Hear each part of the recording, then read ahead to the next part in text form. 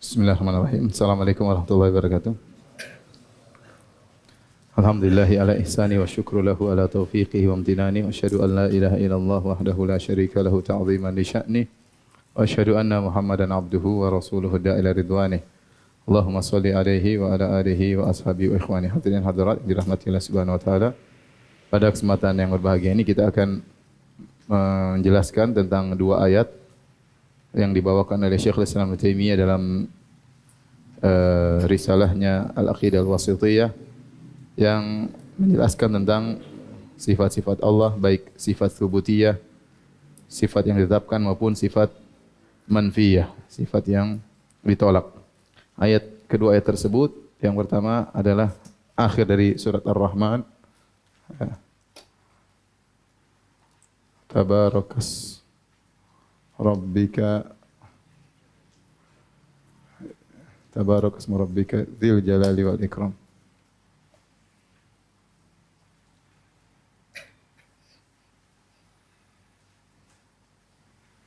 Ayat yang kedua dalam surat Maryam ayat 65, Rabbus samawati wal ardi wa ma bainahuma fa'buduhu wastabir li ibadatihi hal ta'lamu lahu samiyya. Yang pertama kita bahas ini dulu ya.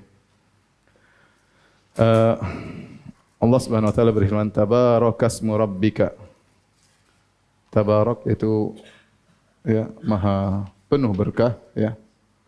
Ismu Rabbika dzil jalali wal ikram. Dalam sebagian qiraah dzil jalali wal ikram. Dalam sebagian qiraah dzul jalali wal ikram. Maha suci atau maha berkah nama Rabbmu, pemilik al-jalal keagungan dan pemuliaan. Al-jalal artinya keagungan, al-azamah, ikram artinya pemuliaan. Kalau dia disifati dengan zu berarti pemuliaan keagungan adalah sifat daripada ismu. Ini kalau zu. Tapi kalau dia zi ya, maka dia adalah sifat daripada Rabbika, Rabb. Ini bedanya antara zu dan zi ya.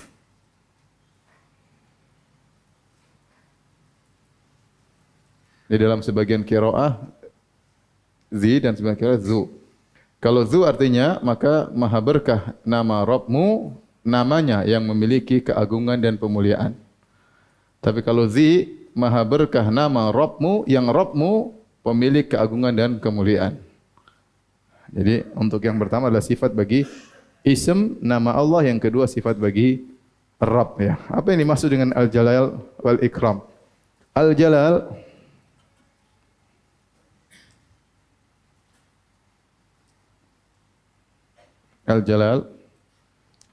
ada khilaf atau dua pendapat ya.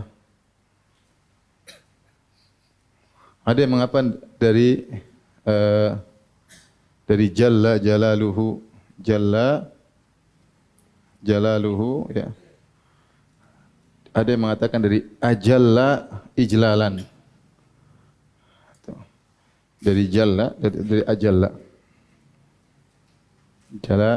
Jalla al-jalal atau ajalla.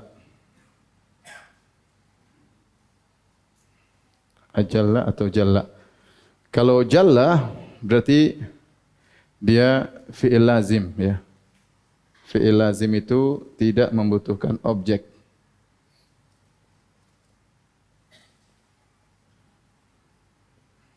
Maknanya adalah jalal, jalla yaitu jalal.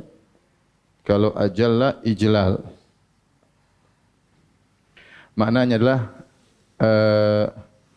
an-nihayah fil azamah atau al-ghayah fil azamah, puncak dari al-ghayah fil azamah, puncak keagungan.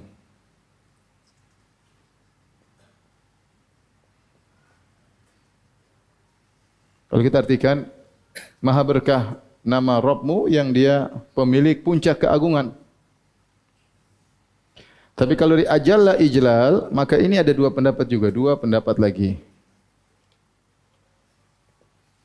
Atau tiga pendapat ya. eh, hah? Ada dua pendapat. Yang pertama, jadi yang pertama ahlun an yujal, yang kedua ahlun an yujil. Yujil. Ya, yaitu yang berhak untuk diagungkan. Yang ini adalah yang memuliakan. Yang memuliakan. Yang mengagungkan.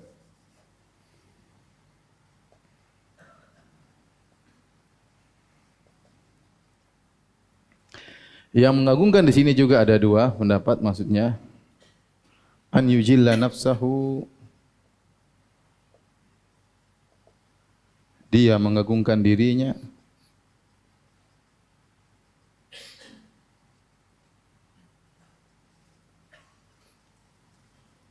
yang kedua an yujilla auliya'ahu, dia mengagungkan wali-walinya. Ini kira-kira makna dari al-jalal ya. Menurut pendapat ulama, jadi kalau kita mau simpulkan ada 4 pendapat ya.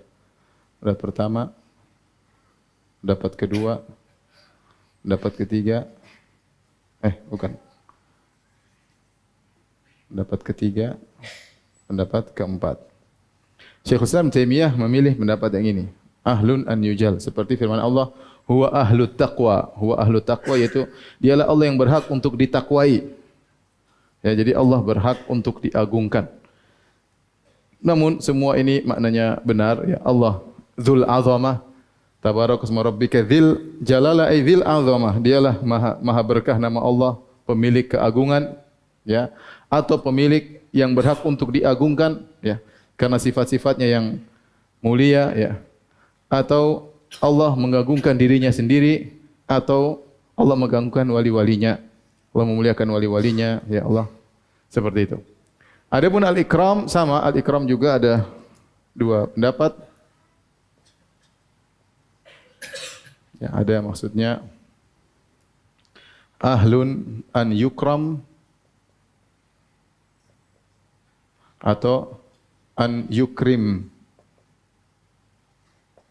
Sini memuliakan wali-walinya. Kalau di sini berhak untuk dimuliakan.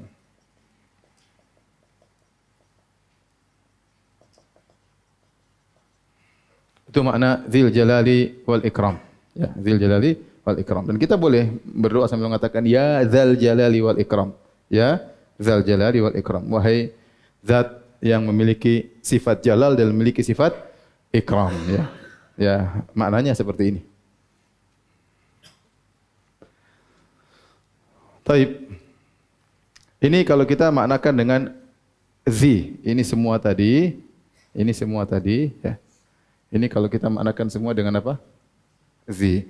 Bagaimana kalau kita maknakan dengan zu? Dengan zu bagaimana? Berarti nama Allah yang agung dan nama Allah yang berhak untuk dimuliakan. Faham? Maka maknanya, kalau maknanya zu, berarti nama Allah, Ismullah, ahaqqu an yujal. Yujal. Dan wa an yukram. Itu nama Allah berhak untuk diagungkan dan dimuliakan. Maka tidak boleh seorang main-main dengan nama Allah Subhanahu wa taala, tidak boleh menyebut Allah dengan sembarang nama, ya, tidak boleh jadi bahan candaan, ya, tidak boleh merendahkan nama Allah, karena Allah adalah namanya memiliki agungan, ya, dan nama Allah berhak untuk dimuliakan. Baik.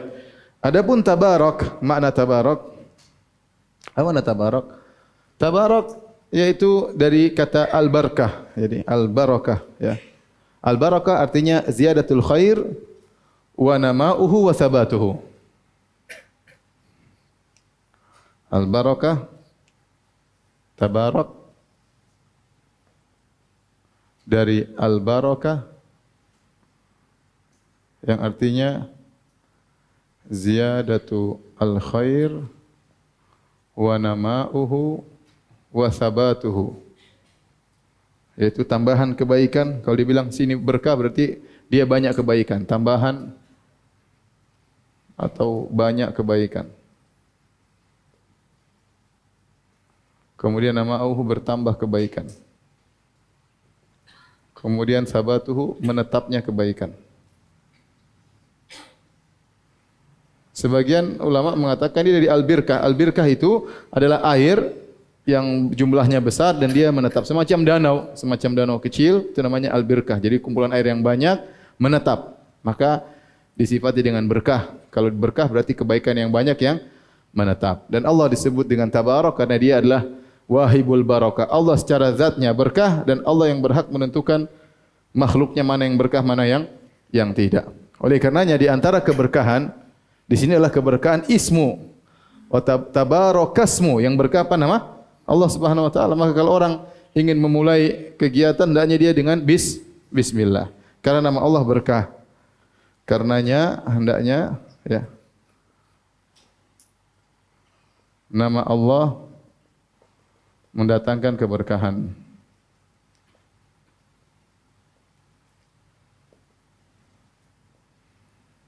Maka dalam suatu hadis yang hasan kata Nabi sallallahu alaihi wasallam, kullu amrin la yubda bi basmalah fahuwa abtar. Setiap perkara yang tidak dimulai dengan bismillah maka dia akan terputus. Maka seorang minimal dia memulai segala kegiatan mengatakan apa? Bismillah, apapun ya. Ya bismillah. Kalau dia ada doa khusus, ikuti doa khusus tersebut. Kalau enggak ada doa khusus, minimal dia bilang apa? Bismillah. Karena nama Allah itu berkah. Terutama pada hal-hal yang penting seperti menyembelih, maka wajib untuk mengucapkan bismillah. Karena kalau tidak mengucapkan bismillah maka jadi bangkai. Wala ta'kulu mimma lam yuzkar ismullah alaih. Janganlah kalian makan yang tidak disebut nama Allah di dalamnya.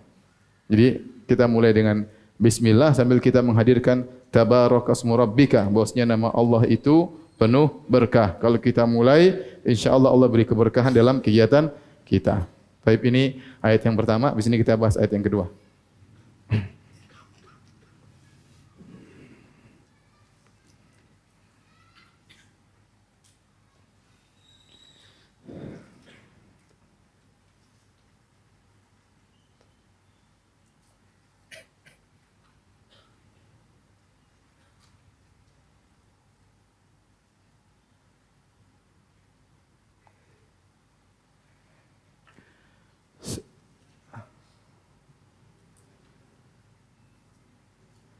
Di sini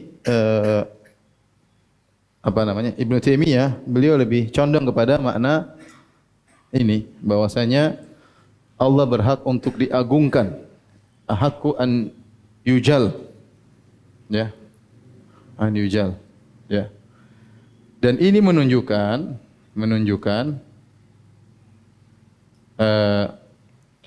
al-itsbat al-mujmal, itu menetapkan sifat Allah yang mulia secara global. Ya, kita sudah menjelaskan tentang sifat-sifat Allah terperinci, tentang wajah, tentang mata dan macam-macam. Di antaranya Allah terkadang menetapkan sifatnya dengan global. Pokoknya Allah harus dimuliakan. Sudah global. Tidak boleh kita sebutkan sifat Allah kecuali sifat yang di puncak kemuliaan. Karena dia yang paling utama untuk dimuliakan. Ini menetapkan sifat Allah yang apa, sifat subutiyah tapi yang mujmal. Al-itsbat al-mujmal, menetapkan sifat-sifat yang mulia secara global. Kita sebutkan bahwasanya nafi, ada nafi mujmal, ada nafi mufassal. Nafi yang secara global, ada nafi secara terperinci. Penetapan sifat juga gitu, ada sifat yang terperinci, ada sifat yang global. Ini contoh penetapan sifat yang global. Bahwasanya Allah berhak dimuliakan dalam segala hal. Tapi kalau sudah tolong dihapus ya.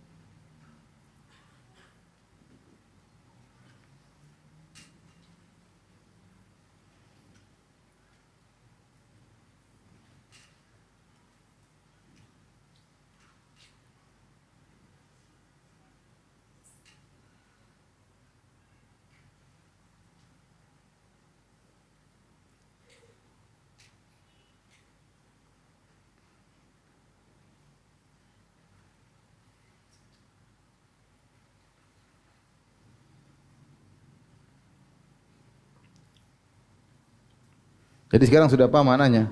Allahu Jalla Jalaluhu. Sudah paham? Jalaluhu bisa artinya tadi banyak pendapat ya. Baik. Sekarang kita bahas pada ayat yang kedua. Allah Subhanahu wa taala berfirman, Rabbus samawati wal ardi wa ma bainahuma fa'buduhu wastabir li ibadatihi wastabir li ibadatihi hal ta'lamu lahu samiyya.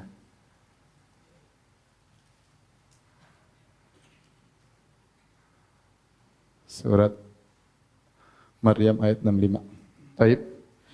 Di sini Allah membuka ayatnya dengan menjelaskan tentang rububiyah Allah Subhanahu wa taala. Tentang rububiyah Allah. Bahwasanya dialah Allah yang pemilik, pencipta langit seluruhnya dan bumi seluruhnya, bahkan yang ada di antara keduanya. Allah yang menciptakan. Allah yang pemilik dan Allah yang menguasai. Tidak ada satu makhluk pun yang bersama Allah dalam penciptaan alam semesta, dalam penguasaan dan dalam pengaturan alam semesta. Semuanya Allah sendirian. Ya, mutafarridun bi rububiyyatihi. Allah Maha Esa dalam rububiyah Allah. Kemudian ya Allah mengatakan fa'budu, maka ini fa'il artinya maka. Maka sembahlah Allah, sembahlah Ia. Sembahlah Dia. Ya. Dan ini tauhid al-uluhiyah. Artinya hanya Allah yang berhak disembah.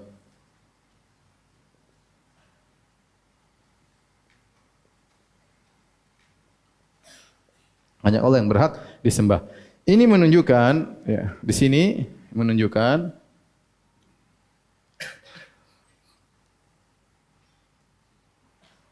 Allah berdalil dengan tauhid rububiyah untuk tauhid uluhiyah. Ini suatu yang sangat logis. Kalau Allah sendiri yang menciptakan langit dan bumi, kalau yang menciptakan alam semesta, Allah yang mengatur, Dia yang berhak disembah. Kalau memang ada yang sama seperti Allah, ya sembah tidak apa-apa. Kalau ada yang juga menciptakan langit dan bumi, ya sudah, Dia ikut disembah. Tapi siapakah yang bersama Allah menciptakan langit dan bumi? Siapakah yang bersama Allah menguasai alam semesta? Siapakah yang bersama Allah ikut mengatur alam semesta? Tidak ada, cuma Allah sendiri. Karena Allah Maha Esa dalam rububiyah, maka Dia sendiri yang harus berhak disembah. Maka tidak boleh kita berdoa kepada selain Allah, tidak boleh kita menyembelih kepada selain Allah, tidak boleh kita bertawakal kepada selain Allah. Itu semuanya kesyirikan. Itu adalah semuanya kesyirikan. Maka aneh, kemudian ada seorang datang ke kuburan, kemudian minta kepada mayat, bertawakal kepada mayat, menyerahkan urusannya kepada wali yang sudah mati. Apa yang bisa dia ciptakan wali tersebut? Ya, apa yang bisa dia ciptakan? Apa yang diatur di alam semesta ini? Tidak ada yang diatur. Kemudian dia bertawakal kepada wali-wali tersebut, tawakal kepada orang-orang saleh tersebut. Tidak benar. Yang berhak untuk ditawakali hanya siapa? Allah. Yang berhak untuk disembah hanyalah Allah Subhanahu wa taala. Maka di sini Allah berdalil dengan rububiyah, ya, untuk uluhiyah. Makanya Allah mengatakan maka Rabbus samawati wal ardi wa ma bainahuma. Allah lah pemilik langit dan bumi dan apa yang di antara keduanya, maka fa'buduhu, sembahlah Dia semata, tidak boleh sembah yang lain. Kemudian kata Allah Subhanahu wa taala, hal ta'lamu lahu samiyya wastabir li ibadatihi, bersabar dalam menyembahnya. Hal ta'lamu lahu samiyya. Kata Allah, hal ta'lamu lahu, apakah kau tahu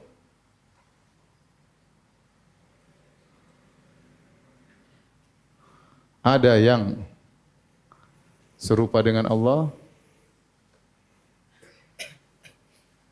Samiyya ini ada dua tafsiran. Tafsiran pertama maknanya, apakah kau tahu ada yang namanya seperti nama Allah? Dan tafsiran lebih tepat, apakah kau tahu ada yang musammiyan lillah? Apakah kau tahu ada yang sama dengan Allah, serupa dengan Allah? Ini adalah istifham ingkari, jawabannya tidak ada. Ini adalah hal istifham al-ingkari, jawabannya ini tidak perlu jawaban karena diketahui, jawabannya tentu tidak ada. Nah, hal ta'lamu lahu samiyya ini adalah, ya, nafyu al-mujmal. Tidak ada yang serupa dengan Allah Subhanahu wa taala. Ini sudah pernah kita bahas. Contoh-contoh ayat tentang nafyul mujmal, contohnya contoh-contoh ayat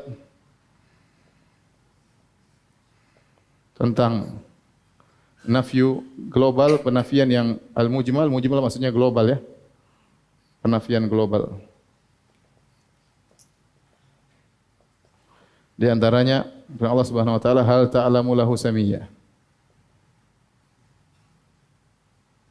Contohnya walam yakun lahu kufuwan ahad. Tidak ada sesuatu pun yang serupa dengan dia. Contohnya firman Allah Subhanahu wa taala, fala tadribu lahul amsal.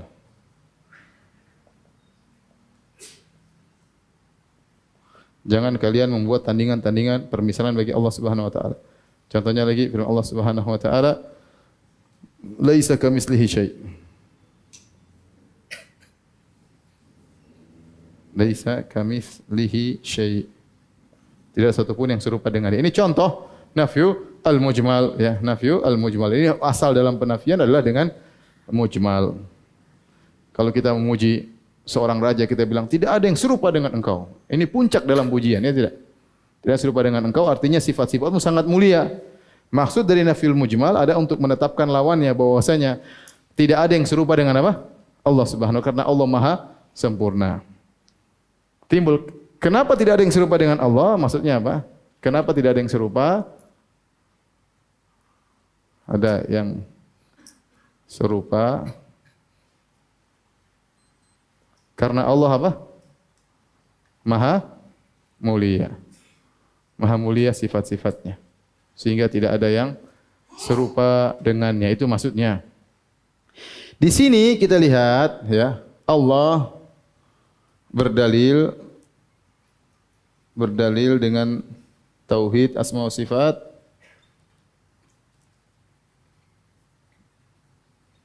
untuk menekankan tauhid uluhiyah. Tauhid uluhiyah. Tauhid uluhiyah. Jadi Allah membuka dengan tauhid rububiyah, terus Allah menyebutkan tauhid uluhiyah, ya. Kemudian Allah kuatkan dengan apa? Tauhid asma wa sifat. Penekanannya adalah fa'buduhu. Dalilnya sebelumnya dan sesudahnya. Contoh pendalam tauhid uluhiyah seperti dalam akhir surat Al-Hasyr. Allah mengatakan, huwallahu allazi la ilaha illahu. Sungguhnya dialah Allah yang tidak ada yang berhak disembah kecuali Dia. Baru Allah sebutkan dalilnya. Alimul ghaibi wasyahadah, huwar rahmanur rahim. Semuanya nama-nama Allah, sifat-sifat Allah. Allah tetapkan dulu, baru Allah berdalil dengan tauhid apa? Asma wa sifat. Karena kalau Dia yang maha ini, maha anu, Dia yang berhak itu disembah. Jangan sembah yang lainnya. Kalau ada yang semisal Dia, sembahlah yang semisal Dia, enggak ada masalah. Tapi enggak ada yang semisal Allah Subhanahu wa taala. Jadi terkadang Allah menetapkan tauhid uluhiyah dengan tauhid rububiyah, berdalil dengan tauhid rububiyah. Allah Maha Esa dalam rububiyah dan ini Allah Maha Esa dalam tauhid asma dan sifat. Maksudnya apa? Allah Maha Esa itu tidak ada yang menyaingi Allah. Allah ilmunya maha berilmu. Maha Esa dalam sifat ilmu tersebut. Orang punya ilmu tapi tidak seperti ilmunya Allah Subhanahu wa taala, ya. Ini maksud dari ayat ini. Baik.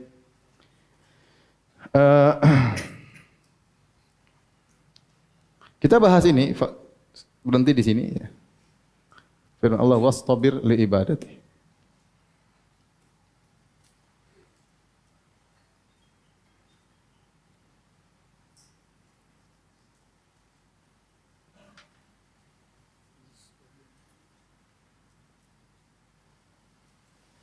Wastabir li ibadatihi.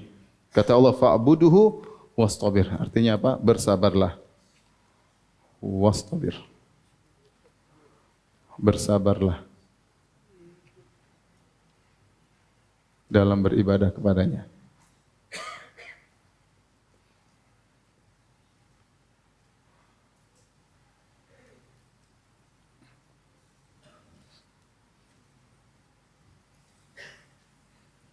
Untuk beribadah kepadanya, untuk beribadah kepadanya.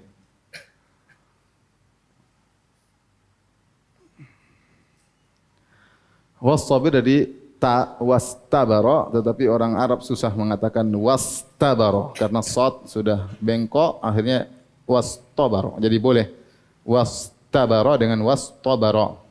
untuk memudahkan pengucapan. Wastabir, bersabarlah, yaitu tambahlah bukan sekadar wasbir, tapi tambahlah kesabaranmu. Ini ada ziyadatul huruf menunjukkan ziyadatul makna. Allah tidak mengatakan wasbir tapi wastabir. Jadi wastabir yaitu tambahkanlah apa? Derajat kesabaranmu. Kalau kita mengartikan itu tambahkan derajat kesabaranmu dalam beribadah. Kesabaranmu dalam beribadah. Karena kenyataannya memang ibadah butuh kesabaran. Ibadah butuh dengan kesabaran. Kita sudah pernah bagi bahwasanya sabar ada berapa? 3 kan? Sabar ada 3, yaitu sabar dengan takdir Allah atau yang menyedihkan, maksudnya tentang musibah. Ada juga sabar dalam meninggalkan larangan Allah. Sabar dalam meninggalkan larangan Allah. Larangan Allah. Kalau bahasa Arabnya as-sabru an ma'siyatillah. As-sabru an ma'siyatillah. Ini juga butuh kesabaran. Kalau ini as-sabru ala aqdarillah. Ala aqdarillahi al-mu'limah. Yang ketiga adalah sabar dalam menjalankan ketaatan. Ketaatan.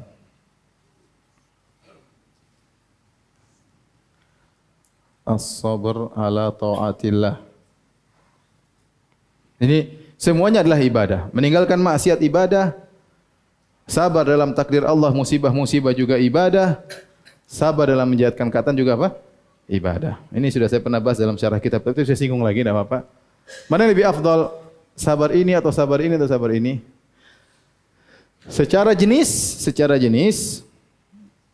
sabar ini lebih mulia daripada sabar yang ketiga. Kenapa? Karena sabar ini adalah sabar ittirari, ini sabar ikhtiyari. Kalau kita mau katakan, kedua jenis ini adalah as-sabr al-ikhtiyari, yaitu pilihan. Sabar, memilih sabar. Sabar pilihan. Ini sabr al-ittirari. Sabr al-ittirari, yaitu sabar terpaksa. Kita enggak bisa, udah ada musibah, sakit, mau diapain? Enggak ada pilihan lain. Enggak ada pilihan lain. Maka dia sabar apa? Terpaksa. Secara jenis, 2 ini lebih afdal daripada ini. Ada ini sabar pilihan. Misalnya kita dengar azan, as-salatu khairum minan naum. Kita punya pilihan. Bangun wudu, ke masjid atau tidur lagi. Ada pilihan enggak? Ada pilihan. Sama, kita as-sabr ala ma'siyati, sabar ma'siyatillah. Kita lihat film, tahu-tahu YouTube ada film, sabar mau klik atau enggak kan kita pilihan kan? Ya enggak?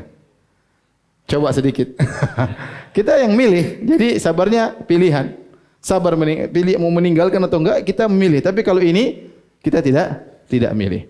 Maka secara jenis 2 sabar ini lebih afdal daripada sabar ini. Oleh karenanya kata para ulama, Nabi Yusuf alaihissalam tatkala diuji dengan Zulaikha lebih besar pahalanya daripada tatkala dilemparkan dalam sumur atau di penjara. Kenapa? Dilempar dalam sumur enggak ada pilihan. Ya udah lempar sumur, selesai, mau diapain. Tapi kalau diuji dengan Zulaikha, dia punya pilihan berzina atau tidak. Dia punya pilihan berzina atau tidak.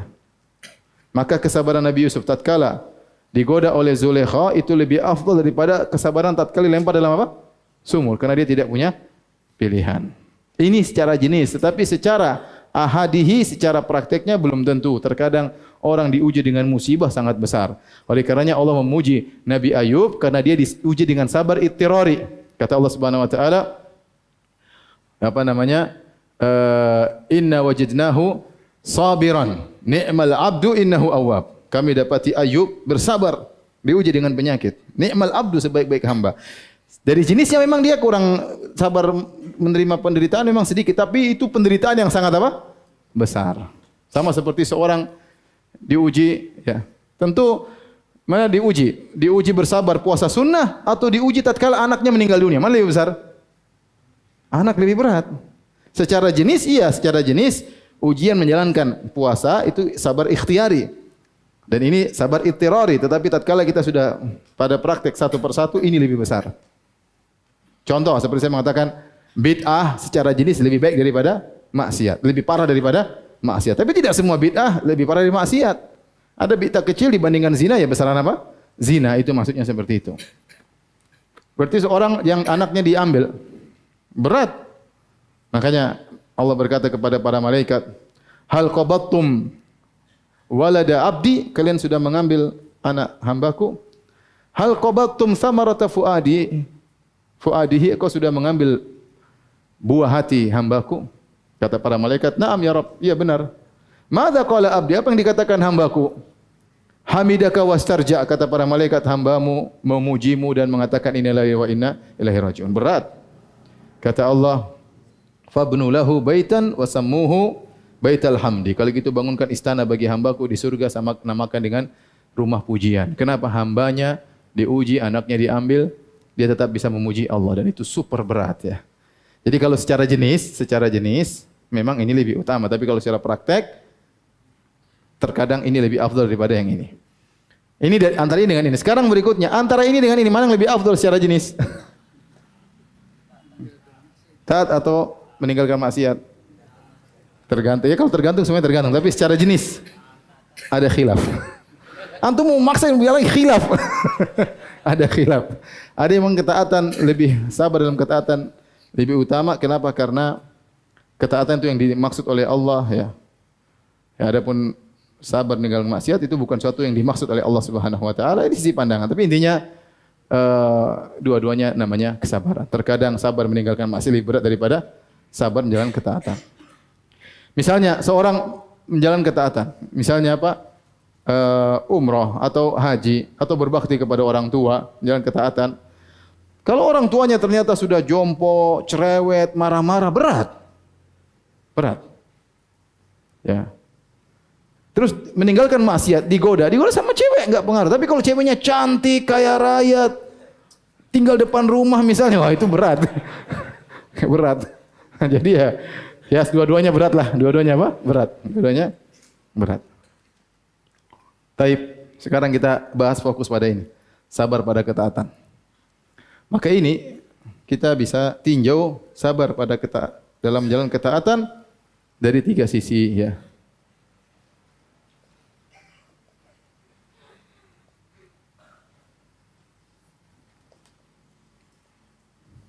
Sebelum beribadah, ketika beribadah, setelah beribadah.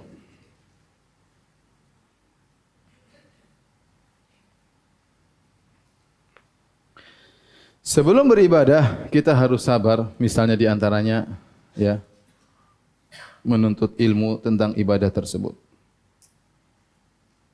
Ilmu tentang ibadah tersebut.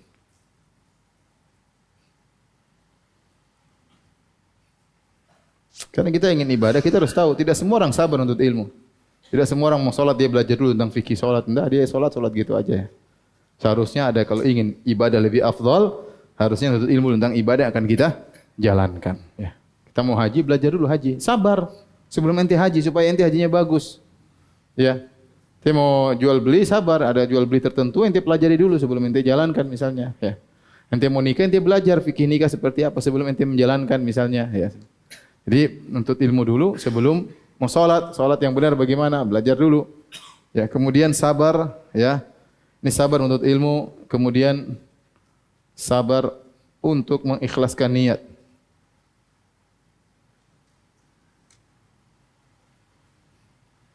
Ini perlu ya, kita perlu sabar ya. Godaan, pingin pamer, pingin ini, wah mau kasih tahu orang saya mau umrah, mau kasih tahu orang saya mau haji, mau kasih tahu orang saya pingin bantu keluarga, pingin cerita, oh saya bantu ibu saya bantu kakak saya bantu adik saya. Kita mau belum bantu sudah mau cerita, belum bantu ini tapi sudah mau cerita, pingin kasih tahu ya. Enggak usah, kita mau kasih tahu, sabar, enggak usah cerita, ya, enggak usah cerita, karena belum tentu kita cerita kemudian kita ikhlas. Ikhlas itu enggak gampang, ikhlas itu tidak gampang. Jadi seorang belajar untuk ilmu, seorang belajar untuk ikhlas ya. Sehingga dia bisa mengumpulkan dua hal ini, ikhlas dan mutabaah Nabi sallallahu alaihi wasallam. Kemudian ketika beribadah, maka dia berusaha menjalankan ibadah, sabar dalam menjalankan ibadah ya sesuai yang dikehendaki.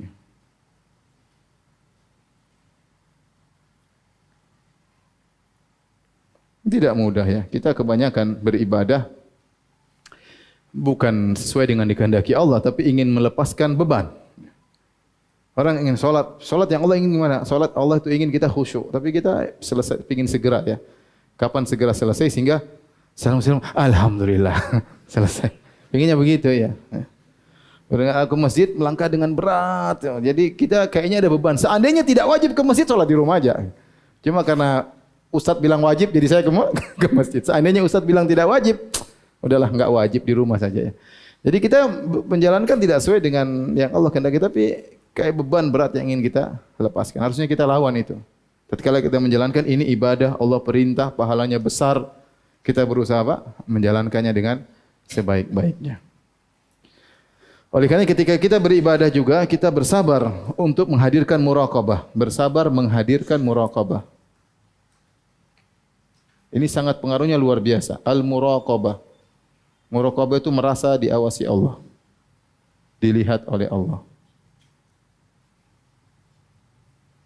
Ya.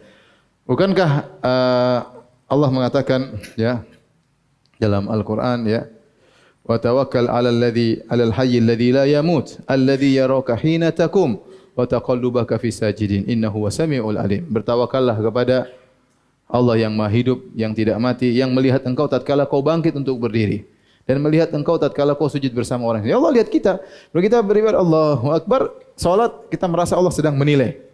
Allah sedang menilai.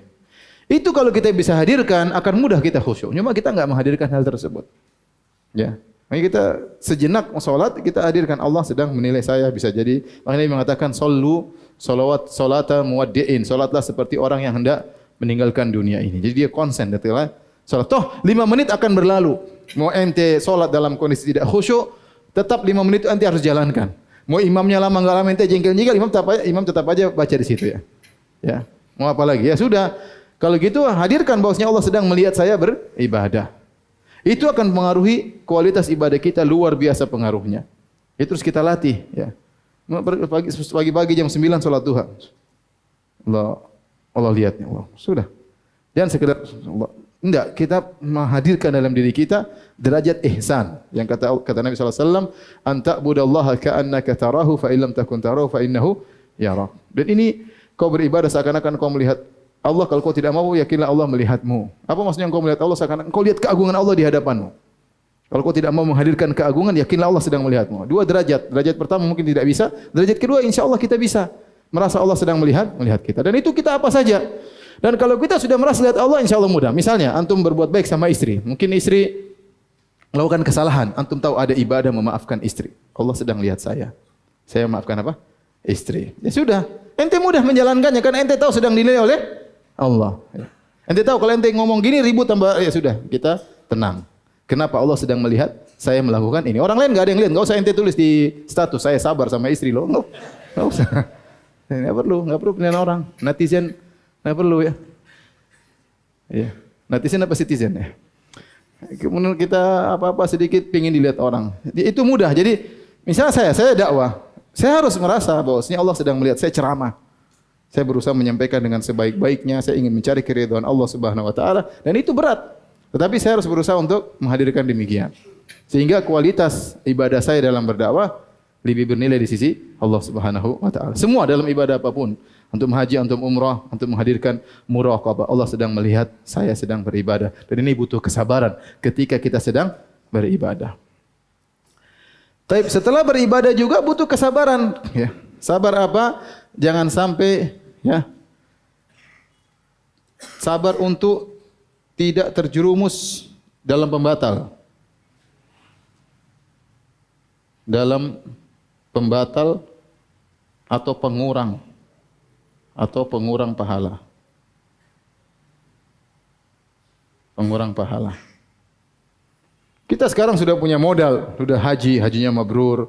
Mungkin ya, kita sudah umroh, umroh sudah punya. Udah pahala, ikut pengajian ada pahalanya, dakwah ada pahalanya, sedekah ada pahalanya, bangun masjid ada. Sudah dapat modal pahala. Ini dijaga baik-baik. Jaga baik-baik ya. Makanya Ibnu Qayyim mengatakan, perkaranya bukan engkau beramal, tetapi perkaranya engkau jaga amal dari perkara yang menggugurkannya atau menguranginya. Itu yang paling penting. Setan tidak peduli Anda beramal sebanyak-banyak, tapi kalau setan gugurkan, sudah setan habis senang. Udah capek-capek gugur, udah capek-capek gugur. Jadi kita konsentrasi untuk bisa bersabar sebelum dan ketika, dan juga konsentrasi tatkala setelah apa? Beribadah ya. Sabar. Sabar untuk misalnya sudah sedekah, jangan man wal adza. Kata Allah, ya ayyuhalladzina amanu la tubtilu shadaqatikum bil manni wal adza. Wahai orang beriman, jangan kau batalkan sedekahmu dengan menyebut-nyebut dan menyakiti orang yang kau bantu. Jangan. Jangan, kita sabar. Mungkin dia bikin jengkel, kita sabar. Kita ngomong sakit hatinya, pahala kita gugur, capek kita sudah berusaha. Ya. Riya, ya, hati-hati. Ujub bisa menggugurkan amal. Bangga, ya, bangga dengan sedekahnya, bangga dengan pengaturannya, misalnya seorang jadi panitia pengajian, dia bangga, yang saya jadi panitia pengajian bagi. Atau dai bangga dengan dakwahnya, dia merasa bangga, dia merasa seakan-akan dia telah berjasa kepada Allah, telah berjasa kepada agama. Kalau enggak ada saya mungkin begini-begini, ya enggak, itu enggak boleh, itu ujub namanya. Enggak ada ente, masih banyak yang lain, tenang aja. Iya, emang ente siapa? Ya, jadi kita harus menjaga amal kita agar tidak gugur. Kita sudah punya modal, jangan sampai gugur. Di antara yang mengurangi amal soleh adalah bercerita. Bercerita dengan ikhlas. Bercerita dengan riya masalah. Karena bercerita dengan riya bisa jadi gugur pahala. Tapi kalau bercerita, kita cerita saja sekedar cerita. Meskipun masih ikhlas, maka pahala berkurang. Dari pahala amalan tersembunyi, nurun menjadi amalan yang diceritakan. Ini dua pahala yang berbeda. Allah mengatakan, in tubdu shadaqati fa ni'mahi wa in tukhfuha wa tu'tuhu al-fuqara fa huwa khairul lakum. Kalau kau menampakkan pahala, menampakkan sedekah itu baik. Tapi kalau kau sembunyikan maka lebih baik. Ini dalil bahwasanya pahala amalan disembunyikan lebih baik daripada pahala amalan yang ditampakkan. Maka di zaman sekarang jangan suka share amalan, jangan suka share amal soleh. Sedikit-sedikit cerita ya. Latih diri kita untuk menyembunyikan amal soleh kita agar pahalanya lebih besar. Kata Nabi SAW, man istata'a minkum an yakuna lahu khabi'un min amalin soleh falyaf'al. Barang siapa yang mampu punya amal soleh yang tersembunyi, maka lakukanlah. Kalau bisa antara engkau dengan Allah. Subhanallah, ada seorang salaf, saya lupa namanya, tapi dia puasa 40 tahun kalau tidak salah, istrinya enggak tahu. Dia puasa sunnah, istrinya enggak tahu. Gimana caranya? Saya lupa namanya, tapi disebutkan dalam Syiar Alam Nubala, disebut dalam buku-buku siar sejarah. Jadi dia keluar di pagi hari, dia minta makan dari istrinya. Dia kerja di pasar, dia khazzaz, penjual baju. Dia minta makan dari istrinya. Istrinya kira itu makan, mau dia iftar di pasar, dia ambil. Sampai di sana dia sedekah sama orang. Sampai sana dia sedekah sama orang. Nanti dia pulang, dia beli makanan dari pasar. Orang kira dia makan sebelum maghrib. Nanti pulang dia agak malam, dia makan malam. Istrinya enggak tahu, selama puluhan tahun istrinya tidak tahu kalau dia apa? Puasa sunnah. Jadi kalau bisa Nabi mengatakan apa?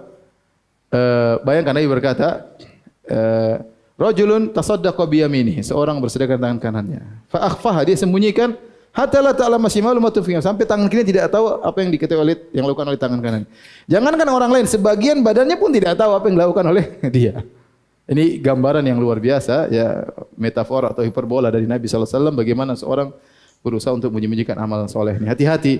Saya katakan para salaf dahulu, mereka bersusah payah untuk menyembunyikan amal soleh mereka. Sekarang orang bersusah payah untuk pencitraan. Terbalik. Dahulu berusaha payah untuk menyembunyikan amal soleh. Berusaha payah. Ya. Sekarang orang berusaha payah untuk. Ada seorang salaf, subhanallah, dia masuk kamar, dia bawa air. Orang enggak tahu ngapain dia masuk kamar bawa air. Ternyata dia menangis, kemudian dia ingin basuh mukanya dari tangisan tersebut, dia pakai cilak. Yang cerita akhirnya anaknya. Enggak ada yang tahu kalau dia habis menangis. Ya. Ayub As-Sikhtiyani tatkala dia menangis, tatkala dia sampaikan hadis kemudian tiba-tiba menangis, maka langsung dia pura-pura flu. Dia bilang ma asyaddaz zukam, betapa berat kalau kena penyakit flu, padahal dia tidak flu. Ya. Tidak ingin orang tahu bahwasanya dia menangis. Bukan nangis kemudian di shooting. Biar orang tahu saya orangnya khusyuk nangis. Satu dunia tahu saya nangis. Ya itulah kita dengan salaf yang beda-beda tipis tinggal dibalik begini. Baik, demikian silakan azan. Kalau bertanya silakan. Azan.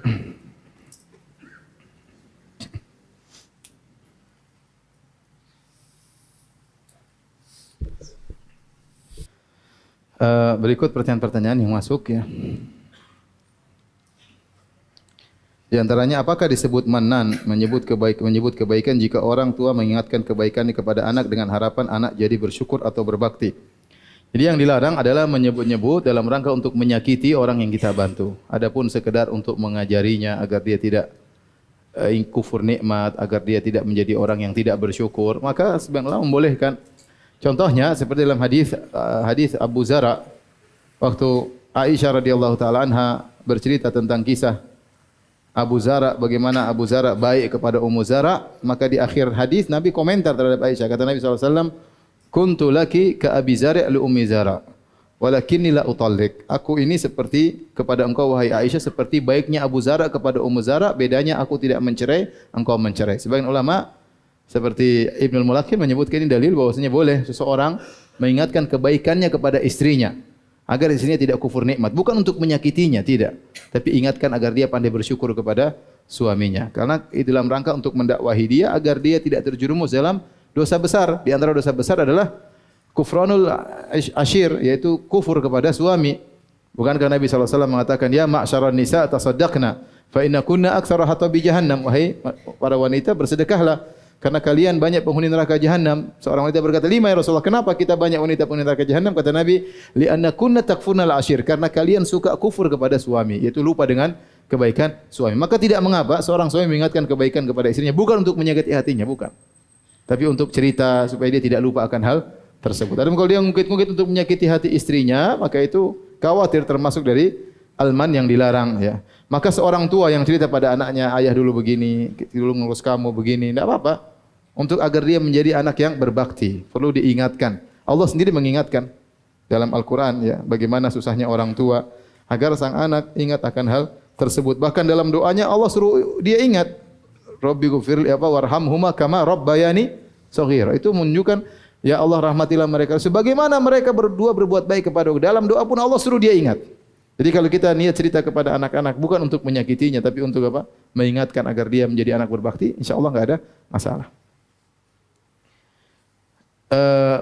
Betulkah ada hadis yang menyebut bahwa doa yang diiringi memuji Allah dengan Dzul Jalal wal Ikram akan dikabulkan? Saya baru buka ini hadisnya, ada hadis diriwayatkan Imam Ahmad di antaranya dan yang lainnya ya. Dan disahihkan oleh Syekh Al-Albani dalam silsilah sahihah dan juga disahihkan oleh Syuaib Al-Arnaud dan kawan-kawannya dalam Musnad Al-Imam Ahmad. Nabi SAW dari Rabi'ah bin Amir, beliau berkata, sami'tu Rasulullah SAW yaqul alidhu biyadzal jalali wal ikram. Ya. Alidhu artinya ilzamu, yaitu seringlah, perbanyaklah mengucapkan apa ya? Dzal jalali wal ikram. Sehingga kalau kita berdoa, seringlah kita mengatakan apa? Ya, dzal jalali wal ikram. Dan kita paham maknanya dzal jalali wal ikram, yaitu di situ puncak termasuk puncak pujian kepada Allah. Ya dzal jalali artinya ya Allah, engkau yang berhak untuk diagungkan, engkau yang berhak dimuliakan. Atau maknanya ya Allah, engkau berhak memuliakan hamba-hambamu. Aku telah berdoa kepadamu, malah muliakanlah diriku dengan mengabulkan apa? Doaku ya. Bisa jadi maknanya demikian. Hadisnya sahih.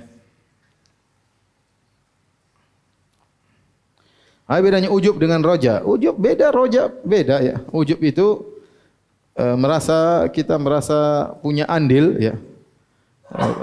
Punya andil misalnya dalam banyak hal dalam ibadah kita ujub, merasa ibadah kita hebat. Kalau orang sering ujub akhirnya dia terjerumus dalam kedustaan. Kalau roja enggak dalam kesombongan. Kalau roja artinya mengharap agar ibadah kita diterima. Ini dua hal yang berbeda. Apakah menyelami mertua membatalkan wudu? Menyentuh wanita tidak membatalkan wudu ya. Tidak membatalkan wudu menurut pendapat yang lebih tepat ya. Adapun mazhab Syafi'iyah menikahi wanita ya yang mungkin untuk dinikahi atau sudah dinikahi maka itu membatalkan apa? Wudu. Adapun kalau menyentuh wanita yang mahram yang tidak mungkin dinikahi secara selama-lamanya, maka kelazimannya tidak membatalkan wudu. Ya. Allah alam, menurut mazhab Syafi'i saya harus cek lagi. Tapi kalau mertua itu mahram, yaitu tahrim bitta'bid, yaitu pengharaman yang selama-lamanya. Kalau sudah menikah dengan seorang wanita, meskipun dia cerai, kita enggak boleh nikah sama mertuanya selama-lamanya. Faham? Karena setelah kita nikah, maka ibu wanita ini tidak boleh kita nikahi selama-lamanya, dia jadi mahram kita selama-lamanya. Meskipun anaknya sudah kita cerai misalnya. Tapi pendapat yang benar bahwasanya menyentuh wanita tidak membatalkan apa? Wudu, ya. Mertua istri tidak membatalkan wudu, kecuali yang menyentuh sambil kentut, ya itu batal.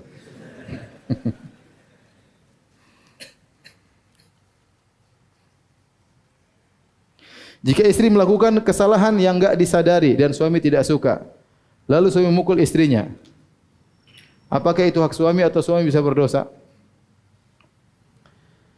Ya, suami jangan jadi tukang pukul ya. Kalau istri lihat istri punya kesalahan, nasihati. Pukul itu adalah cara yang terakhir. Ya. Allah menyebutkan fa'idhuhunna wahjuruhunna fil madaji' wadribuhun. Nasihati dulu, kemudian baru memboikot, baru pukul yang terakhir. Bukan langsung istri salah langsung main apa? Main pukul. Nasihati, panggil, nasihati baik-baik.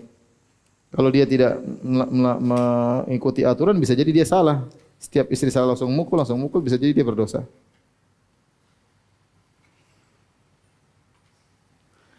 Seorang salaf yang menyembunyikan Ustaz tadi cerita seorang salaf menyembunyikan tangisannya dengan bilang lagi flu.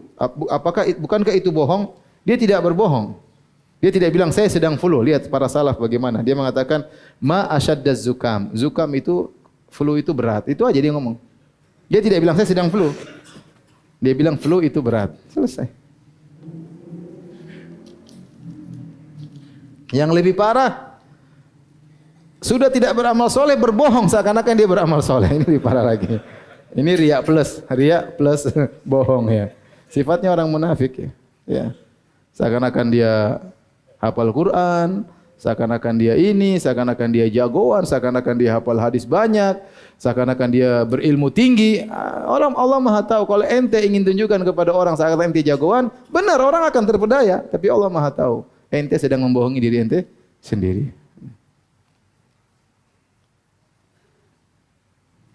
Ada ulama yang berpendapat bahwa jika orang tua penghasilannya haram, maka sepanjang anak belum mendapat pekerjaan, nafkah tersebut halal bagi anak karena akadnya telah berubah ataupun telah terpaksa menerima. Ya, ada pendapat demikian bahwasanya jika bukan semua anak, istri dan anak misalnya suaminya memiliki penghasilan riba, sementara dia tidak mungkin terlepas dari ketergantungan kepada suaminya, maka para ulama sebagian ulama mengatakan boleh dia mengambil hasil dari tersebut, yang berdosa adalah suaminya, dia boleh ambil tapi sebatas keperluannya saja. Tidak boleh dia suaminya hasil riba kemudian dia minta dibelikan mobil, dibelikan macam-macam, dibelikan emas bertambah, enggak boleh. Secukup dia makan, anaknya cukup buat sekolah itu aja. Karena ini darurat. Apa? Darurat. Itu pendapat yang saya pernah baca dan saya condong pada pendapat tersebut. Kalau memang orang tuanya kerja riba dan dia tidak bisa terlepas karena ketergantungan, maka dia boleh mengambil secukupnya saja yang dia perlukan. Wallahu a'lam bishawab. Demikian saja. Subhanakallah bihamdik asyhadu an la ilaha illa anta astaghfiruka wa atubu ilaik. Assalamualaikum warahmatullahi wabarakatuh.